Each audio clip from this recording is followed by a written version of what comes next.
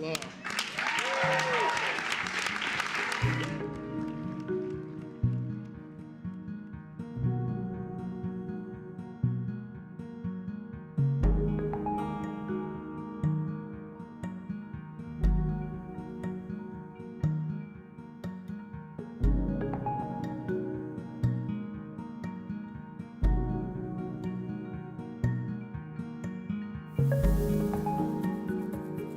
The further we get into the climate crisis, the more we run the analytics, the more real we have to be about how we measure things. So at Constellation, one of the efforts that we are working on with the federal government and others is to ensure that when customers say that they are clean, that they're actually clean.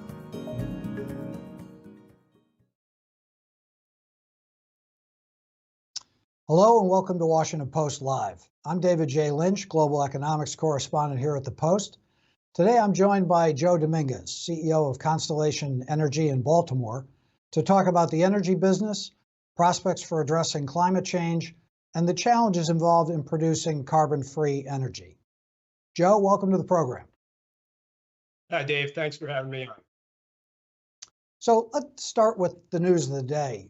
You came out this morning with a statement in favor of some new regulations that the Environmental Protection Agency is developing to further restrict emissions from fossil fuel plants. And you also criticized the Edison Energy Institute, an industry group, for its opposition to this move. So what would be the impact of these regulations, and would they provide Constellation with a competitive advantage, since you folks are a leading producer already of carbon-free energy? You know, the main impact of the regulations is to provide a means for fossil plants. And I think we all believe that natural gas is going to be part of this energy transition. But it, for the first time, begins to put pressure on existing fossil plants to reduce their emissions. And it gives them a couple of different pathways to do that. One is to blend natural gas with clean hydrogen, and when you do that, you reduce emissions for that percentage that you're using hydrogen for as the fuel. And the other means of doing it is to actually sequester the emissions. And we feel confident that EPA is on the right path because we have really been at the forefront of developing some of the technologies that will allow existing natural gas-fired generation to comply with these rules. As an example, Dave, most recently we set an industry record, and we took a machine that was 15 years old, so not anything that is state-of-the-art natural gas-fired technology. And with minor retrofits, we were able to blend a combination of nearly 40% hydrogen with 60% natural gas.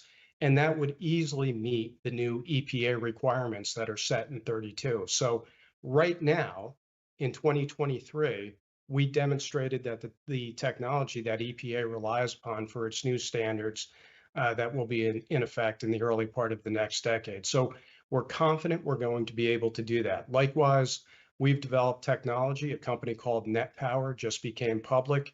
It's a technology we've been working on for over a decade. And what it would do is burn natural gas in a new form of combustion called the alum cycle. And what gets emitted is pure CO2 that could easily be injected into the ground. And one of the things that the IRA did is create economic incentives for pipelines and the capability to inject CO2 into the ground. So we think where EPA is going makes a great deal of sense from a technology standpoint. As I said, we think that it's demonstrated technology even today. So that would be, we think, necessary in order to achieve the reductions that we're looking for to deal with the climate crisis, and to do so in a manner that preserves electric reliability. And while I haven't seen the Edison Institute's comments, they have been reported in several leaks. And if they really are going in the direction of saying, hey, we can't do any of this stuff, which is what it sounds like, boy, that'd be disappointing for the leading industry group in America to do that. And why do you think they're going in that direction? You know, Dave, I think first things first, they're not monolithic. There are a great number of companies that are participating in energy power production, utilities that are strongly in favor of making quick progress in dealing with the climate crisis. They're dealing with the fires, the floods, the hurricanes, all the things that Americans are dealing with, and frankly, people all over the world are dealing with. They're hearing what's coming, and they know what's coming, and so they're trying to get ahead of it. But unfortunately, sometimes when you have a trade group, the comments tend to end up being kind of the lowest common denominator, and the folks who are most afraid of making changes have the dominant voice, and it's left to other companies to kind of file their individual comments. When I was a part of a company that was part of EEI, that's the way it worked then, and unfortunately appears to be going down the same pathway now. But the important point is there are a lot of folks in industry who understand this transition isn't a voluntary choice. We got to do things to save the planet.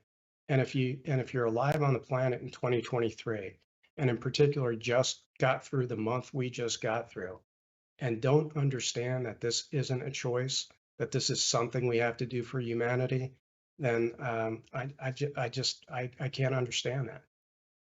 Now we're going to talk about green hydrogen and also the IRA a little bit later in the show, but I'm also curious for your reaction to Siemens Energy's announcement today, a nearly $5 billion loss. About half of that they attribute to problems at their wind turbine subsidiary, and the way that the company has explained it is basically that in rushing to catch up with the demand for renewable power, they just went too fast. Quality problems ensued with some of the hardware, and now they've got to go back and do it over again at great expense. Are there lessons from this experience? Does this give us a window into what to expect going forward after dawdling for so long on the climate issue? Now, as we rush to catch up with this imperative that you've described, is this going to be what we're likely to encounter with other projects? Yeah, Dave, I think yes, the answer is yes, but that's also been true for natural gas-fired generation. There were tons of problems a couple decades ago when we were putting combined cycle machines out there. It's certainly been part of the history of nuclear. It's been part of the history of solar. And all technologies, as they're being developed, are going to have these bumps in the road. And that doesn't mean they're not good technologies or reliable. There's been the wind industry over the last 20 years has done some remarkable things in this country and across the world. But there still will be bumps, and people need to figure some things out. And that's one of the reasons you kind of got to get started now. If you're trying to get to a net zero economy by 2050, understanding how long it takes to develop and build key infrastructure like the green energy economy, the hydrogen economy, all of that compels immediate action, because there will inevitably be these moments in time where things get slowed up by technical or economic challenges. Now, another issue that affects many, if not all, energy projects, certainly in the renewable sector, is that of permitting reform, the red tape and process that goes along with any major endeavor. We've heard a lot about permitting reform this year in Washington, not a heck of a lot of action. I wonder what makes this, given the bipartisan attention to the issue, what makes it so difficult to really get traction? And can we achieve that net zero goal by 2050 under our current permitting regime? Yeah, so let's kind of break this down to permitting issues that relate to, hey, people don't want something in their backyard, the kind of historic NIMBYism that exists with all energy resources. And then problems that we've caused through a policy approach or a deployment approach that didn't make a lot of sense from the beginning. In terms of the kind of dealing with folks not wanting stuff in their backyard, I think permitting reform could get us there, and I think inevitably will get us there. But the bigger problem in our industry, Dave, is simply this. We had a bad design from the beginning. And let me spend a moment to talk about this, because I think it's something that's really poorly understood, but yet fundamental for us to understand going forward. Our business, I'd like to call it an anything, anywhere, anytime business. anywhere you want to plug something into the grid, anything you want to plug in, it's got to work anytime. That's the promise we've made to American families and businesses 120 years ago when we started this industry, and it's been part of that throughout the time that I've been in it for the last 25 years. And as we're kind of tackling the green energy challenge, one of the things that we're going to deal with is the reality that if we cover our maximum demand during certain times of the year, for example, where we live, consumers use about 30 or 40% more electricity in the summertime than they do on an average spring or fall day. So as we endeavor to build out a system that is able to cover the peak demand in July and August, then by definition, you're going to have way too much power in April and October. That problem gets compounded if the resources you're adding are resources that operate disproportionately in the fall and the spring, but don't produce necessary energy in the summertime. And that really does describe the wind energy that's been developed in the country. And what we have done is we've sited this in locations where we've massively oversupplied the grid in the fall and in the spring with resources that don't necessarily operate as well during July and August. And that's a problem we've created by effectively saying we want green energy whenever it happens, as opposed to saying, hey, we want a predictable form of green energy that has to be combined with hydrogen fuel cells or storage or other technologies to be deployable when our customers need it to power anything, anytime, anywhere on the grid. And so often your listeners probably hear a company say, look, we've got a factory that's running 3 shifts and we are 100% clean. And your clip of me on the intro here is exactly what I was talking about. So you have a factory in New Jersey and it claims to be 100% clean energy, but in reality, what it's doing is covering its July and August demand with a wind farm that maybe is located in Texas that isn't electrically interconnected to anything in New Jersey. And the wind production is actually occurring in the spring or the fall. And so you don't have either a geographic or time match to that energy production. And a number of our policies rewarded that kind of behavior, which was important in the early days of dealing with the climate crisis. But if we're really going to get anywhere, we need resources that operate when we need them to operate and not put excess power onto the grid, frankly, when we don't need the power. And so the deployment of green energy and the fact that we haven't insisted as a policy matter and a corporate compliance matter that our energy production and consumption be time and geographic matched has created these problems throughout the country where so-called interconnection queues, the people waiting to get permitted to deploy their power onto the grid, are so full that in many instances, the people running the transmission grids have been saying we can't add any resources now and even for a number of years. So as policymakers and customers, we have to start, and members of the general public, we have to start recognizing this important time dimension that's been present since the entire time of our industry. But right now, we have these policies that don't necessarily tackle that as directly as possible. The Biden administration, I give them great kudos. The first thing they did when they came into office is the president issued an administrative order, an executive order, that requires the federal government to time and geographic match its green energy consumption to cover the times it's actually using energy. And we're delighted to have been able to do the first commercial contract with Microsoft a few weeks ago. They are recognized as one of the world's leading sustainability leaders, and they're doing a time-matched contract. And that's critically important, I think, going forward. Yeah. That'll address the permitting issue. Yeah, let's talk briefly about nuclear power and its future. Broader use of nuclear reactors would obviously help on the emissions side, but politically, it's still unpopular, rightly or wrongly, safety concerns and issues with disposal of nuclear waste. You've got nuclear in your fleet. Are you betting on an expansion of that nationally? And do you think the Biden administration has the right approach with its so-called advanced nuclear technology? Is that the right way to go? Yeah, I'm not sure that I use the word bet in this area. The reality is we have to deal with the climate crisis. The reality is we need technologies that are dispatchable. That is, that we could hit the on and off switch and they operate. Don't use a lot of land, could be put anywhere. And nuclear meets those set of requirements very easily. So I don't think it's a bet. I think, frankly, it's a reality here and across the world that technologies like advanced nuclear are going to need to be deployed if we're going to get to the finish line in dealing with the climate crisis. As to whether or not the Biden administration is approaching this the right way, I think for the first time we see an administration that is committed to developing and deploying the technology.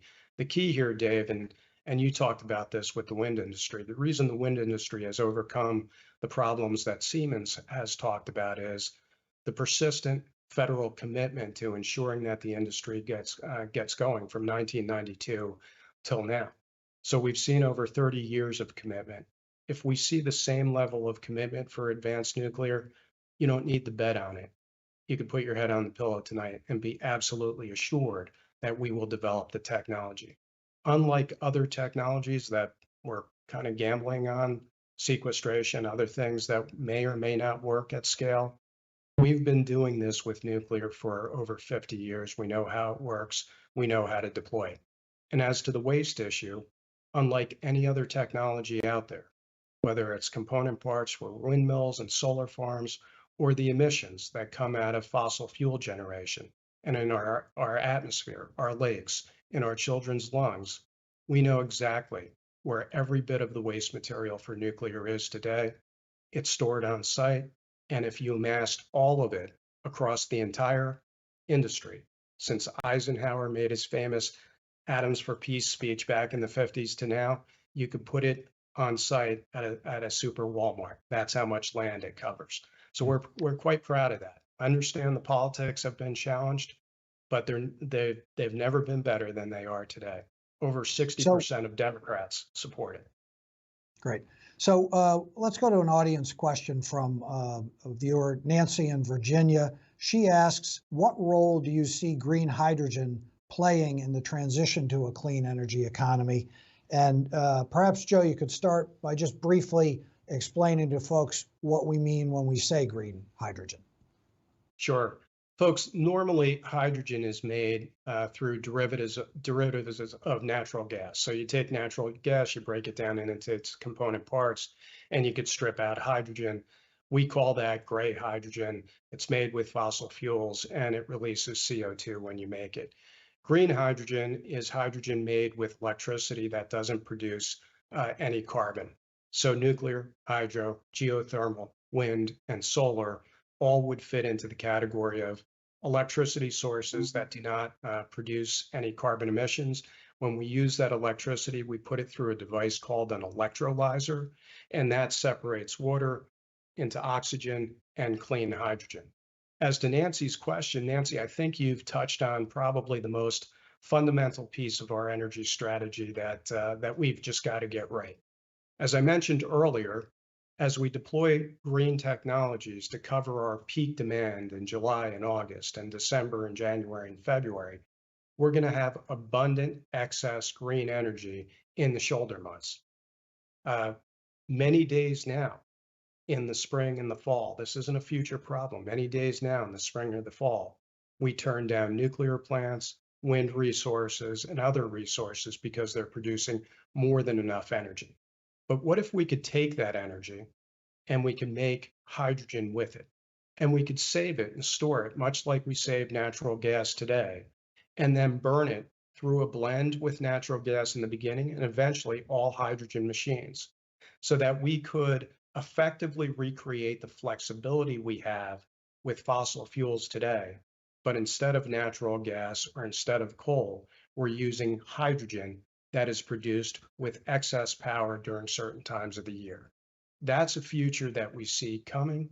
And we also see hydrogen being used as a component part of steel making, cement manufacturing, agricultural applications in the way of fertilizer, and what are being called sustainable fossil fuels. That is, fossil fuels that are created with green hydrogen and don't have the same emissions profile of existing oil and gas. Because as much as we like the electric vehicle movement, batteries and all of that stuff, it's not going to necessarily work with big trucks, trains, ships, and airplanes, given the weight and the amount of energy that's required. Green hydrogen fills that niche. And many people believe, and I count myself among them, as folks who think that this is the key to unlocking so much of what we have in front of us in terms of challenges. Now, the Treasury Department, as I understand it, is getting ready to issue its rules that would govern the tax credits that would apply to green hydrogen. I think you've begun producing hydrogen at one of your nuclear reactors up in New York. But I understand there are some concerns, or some analysts have raised a question about whether in the short term we might end up effectively with dirty production of the electricity needed to produce this green hydrogen, and thus in trying to produce a cleaner fuel, end up encouraging, at least in the short run, greater use of dirty power sources. How do you see that playing out? Yeah, Dave. So remember earlier I talked about this situation of time matching and geographic matching. Imagine it wasn't a generic factory in New Jersey, but a hydrogen producing factory in New Jersey. And it wasn't really using clean energy that was locally produced at the same time, but instead counting on these renewable energy certificates, some accounting rule that allowed it to use Texas wind that was generated months earlier and isn't around in Jersey. That would be a real problem for hydrogen production, because then that facility would claim that it was using clean energy, but in effect, it would be using natural gas and other forms of dirty energy to make hydrogen. So the kind of the network of NGOs, environmental NGOs, the Sierra Clubs, the NRDCs, many others out there have said that before we institute this tax credit policy, the folks who are making hydrogen have to demonstrate that it is being produced with clean energy that's right there at the source and is made at the same time it's being consumed. And Constellation is a strong advocate for that. In fairness, many of those parties would also say that you should only make clean hydrogen with new green energy deployment. That is new nuclear, wind, solar, geothermal, or hydro. We think that'll take way too long to make the amount of hydrogen needed, and doesn't fundamentally address the oversupply problem that I've talked about in the fall and the spring, and that we're already seeing. The language of the statute in this regard is very clear, that existing forms of clean energy, like nuclear, are allowed to be used to make hydrogen. So I would be surprised if that's the direction that the regulations go, but we just don't know yet. So I've been quite vocal that we've suspended the deployment of clean hydrogen technology pending the outcome of the rules, but wildly enthusiastic about the time match and the geographic match. Folks, if you take anything from this program, time and geographic matching has to be part of the policy going forward, or we're going to blow this chance. I'm also interested in your thoughts about the intersection of our climate goals and our supply chain concerns vis-a-vis China. This has already been an area, or been a concern in solar panels, where China leads with low-cost production. But how do you see this more broadly? Is there a way for the U.S. to benefit from China's low-cost manufacturing model, or will our concerns about forced labor and geopolitics get in the way of that? Well, I think it's not just in the energy sector, right? It's really across all aspects of the economy, and those are the choices we need to make. It would increase the cost of compliance if we're not able to use cheaper product coming from China. But at the end of the day, Dave, I think this is also an opportunity to create jobs and economic opportunity in the United States, where folks haven't seen a lot of that. Anybody who tells you that this energy transition is going to be cheap or easy is full of soup, in my view. It's not going to be cheap. It's going to require the expenditure of hundreds of billions of dollars. We're already seeing that in the IRA. It's a necessary endeavor from my perspective, so we've got to do it. But why not do it and also return manufacturing back to U.S. shores? The battery facilities that are going up all over to support electric vehicles are a great illustration, in my view, of how you could do that and also create great jobs, high-paying jobs in the United States, frankly, in parts of the country that have been devastated over the last 50 years from the loss of industry. This is a way to reverse that and also address the geopolitical and other issues that people a lot smarter than me in those issues are better able to cover. So perhaps on a related point, another audience question from Nathan in Kansas, who asks, when will customers' energy bills actually decline thanks to this clean energy transition? Is that at all in the cards?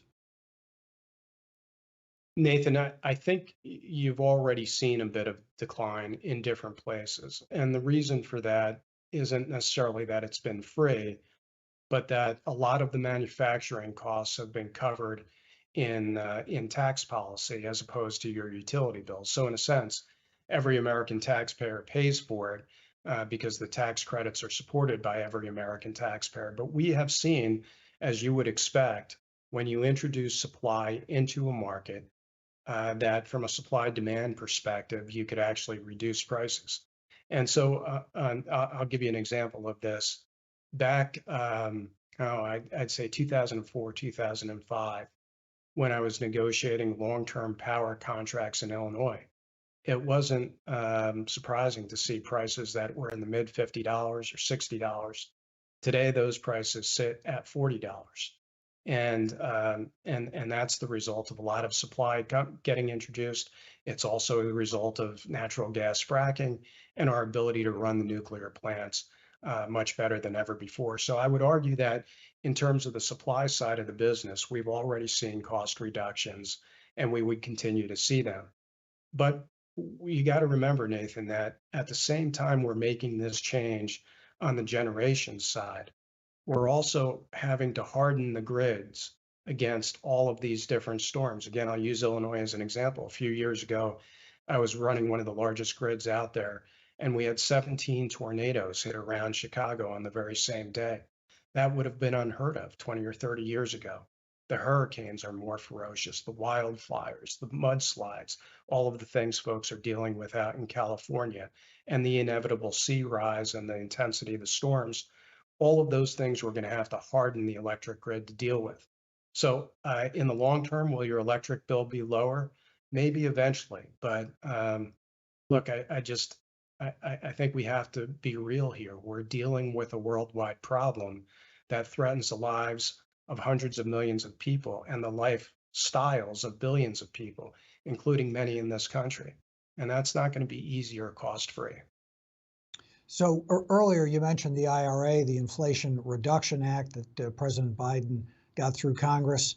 I'm curious as to how much of a game changer you see that legislation as being, and how, to the extent that it represents progress, how vulnerable is that progress to a potential change of party in the White House come 2025?